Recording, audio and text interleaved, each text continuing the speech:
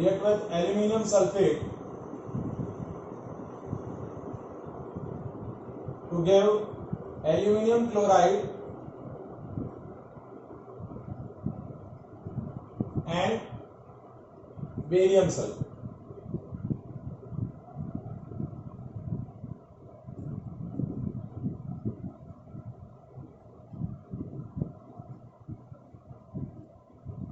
So that is a chemical change given. Now first we represent this chemical change in an equation form. So barium chloride का formula हो जाएगा BaCl2, aluminum sulfate Al2SO4 whole thrice. This is the aluminum sulfate. Now convert into the aluminum chloride AlCl3 plus barium sulfate BaSO4.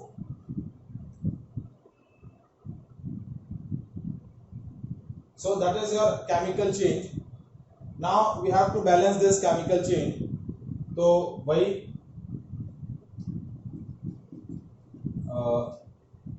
symbols of elements,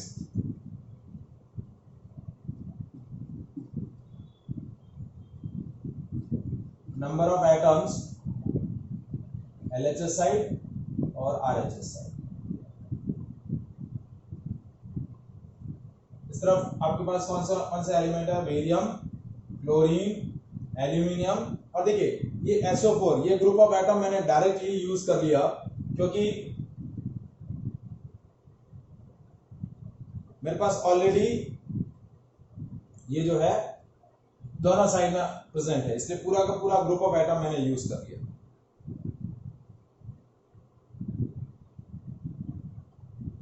ठीक है, अब check किया, इस तरफ barium 1, इस तरफ भी 1, दोनों साइड 1 1 है। क्लोरीन इस तरफ 2, इस तरफ 3, एल्यूमिनियम इस तरफ 2 है, आरएचएस साइड में 1 है, और sulphate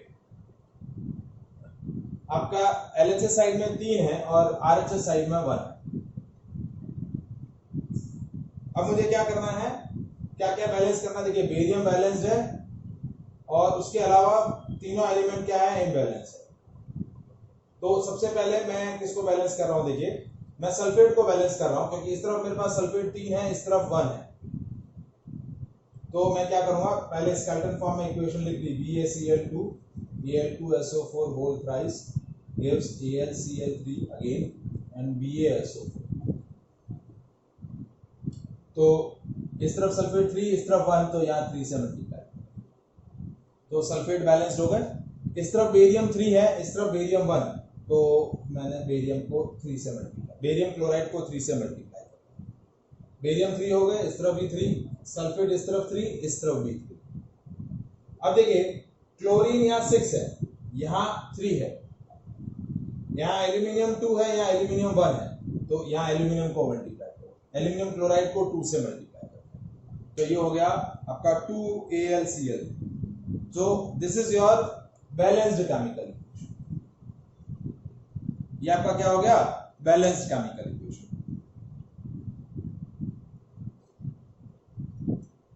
is it clear?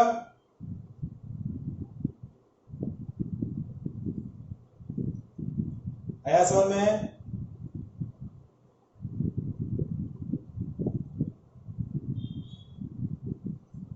Any doubt?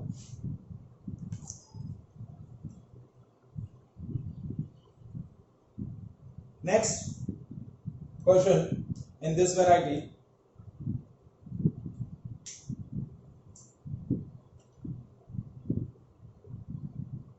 now next question, aluminium react with the copper chloride to gives aluminium chloride and copper।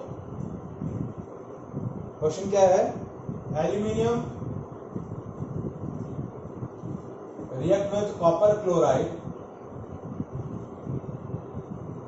to give aluminum chloride plus copper। So this is the chemical chain। So first we represent this chemical chain in a equation form।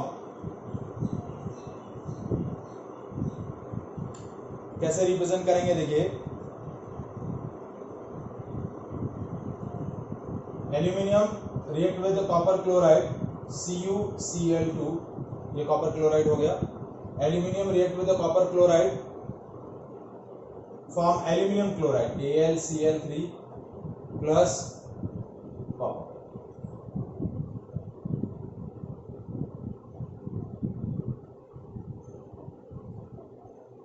ठीक है, अब हमें symbols of elements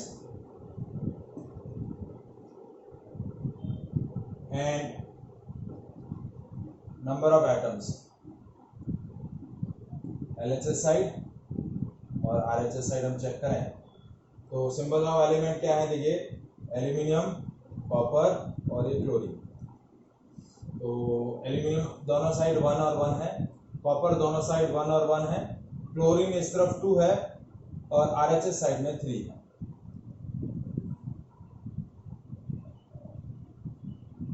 ठीक है, तो सबसे पहले copper को, अब एल्यूमिनियम को आपको एल्यूमिनियम और कॉपर ऑलरेडी बैलेंस है, आपको किसको बैलेंस करना है, क्लोरीन को।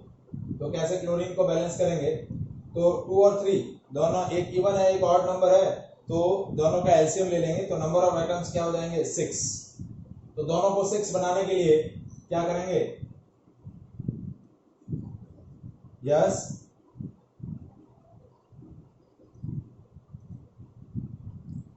नहीं 1 नहीं लेनी है ना, क्योंकि मेजरली वो मैक्सिमम कंपाउंड्स में वो 2 शो करता है, इसलिए 2 ही लेनी है।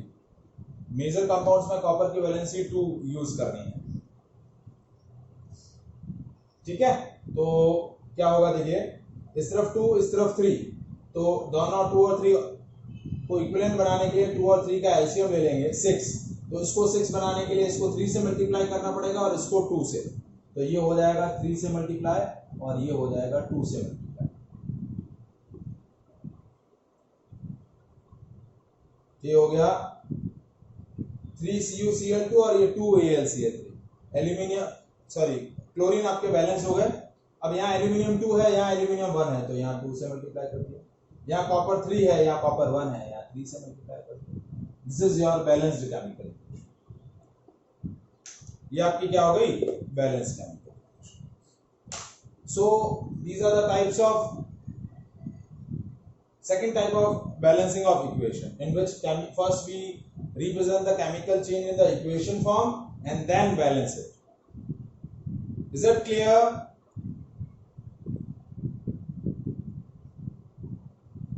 हाँ, किसी को doubt? How to make a chemical equation more informative? कि केमिकल इक्वेशन को कैसे ज्यादा इंफॉर्मेटिव बनाना है।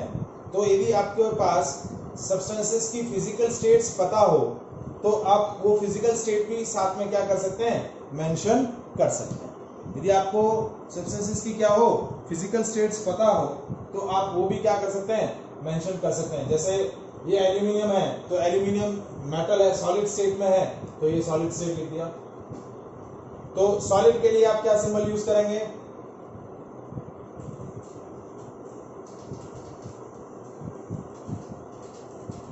यदि आपको फिजिकल स्टेट्स पता है तो आप सॉलिड के लिए S यूज करेंगे, लिक्विड के लिए L यूज करेंगे, गैसेस के लिए G यूज करेंगे, और यदि एक्वस सॉल्यूशन होगा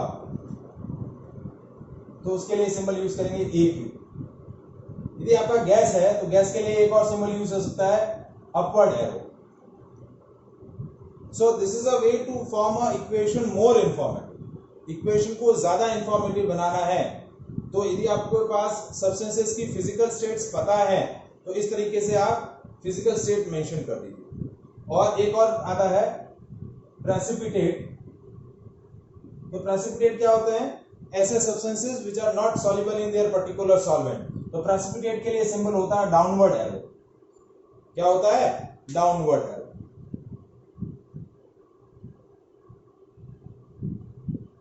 ठीक है, तो यदि आपको फिजिकल स्टेट्स पता है तो इस तरीके से फिजिकल स्टेट्स बता के आप क्या कर सकते हैं, इक्वेशन को और ज्यादा इंफॉर्मेटिव बना सकते हैं।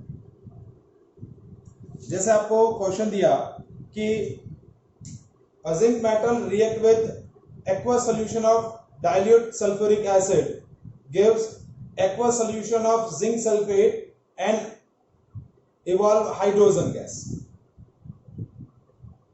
Represent this chemical reaction in the balanced chemical equation. क्या कह रहे हैं?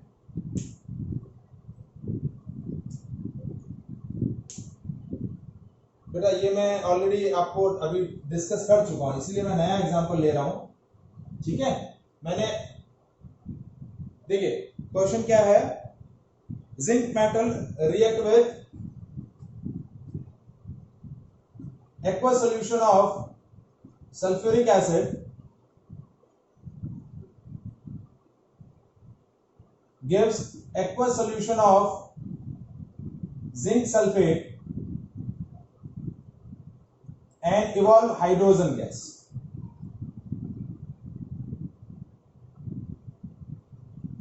क्या बना रहा है? Hydrogen gas. So how to make the, you just represent this chemical chain in a balanced equation form. तो कैसे लिखेंगे देखिए, जिंक मेटल, तो जिंक इसके साथ हमने ऐसे दिखा दिया solid. aqueous solution of sulfuric acid, sulfuric acid is H2SO4 और ये aqueous AQ. aqueous क्यों लिखा? क्योंकि आपको इसकी फिजिकल स्टेट दे रखी है. Form zinc sulphate, aqueous solution of zinc sulfate, तो ZnSO4, उसके साथ में आपने क्या लिख दिया AQ. And evolve hydrogen gas, तो ये H2 और इसके साथ इस तरीके से एरो लिखा दिया, या फिर आप ऐसे लिखा सकते हैं कि एरो के बजाय ऐसे गैस लिख दिया. So in this chemical equation we are representing the physical states of the substances which are present in the chemical reaction, so that makes the equation more informative. That makes the equation more informative. इससे आपका equation क्या हो जाता है? ज्यादा informative हो जाता है. बट वो इंफॉर्मेशन तभी आपको मेंशन करनी है जब आपको उसके बारे में ऑलरेडी इंफॉर्मेशन गिवन है, या फिर आपको उस सब्सटेंस की फिजिकल स्टेट ऑलरेडी नोन है, तो आप लिखेंगे. अदरवाइज अपनी तरफ से आपको ऐड नहीं करना है कि सॉलिड है या एक्वस है जब तक लिखा हुआ नहीं हो. Is it clear?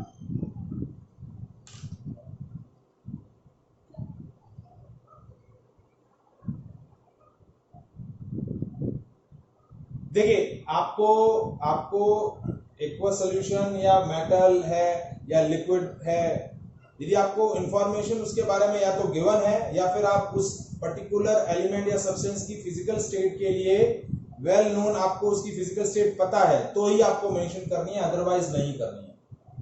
या फिर आपको क्वेश्चन में गिवन होगा कि रिप्रेजेंट, हाँ बैलेंस करते टाइम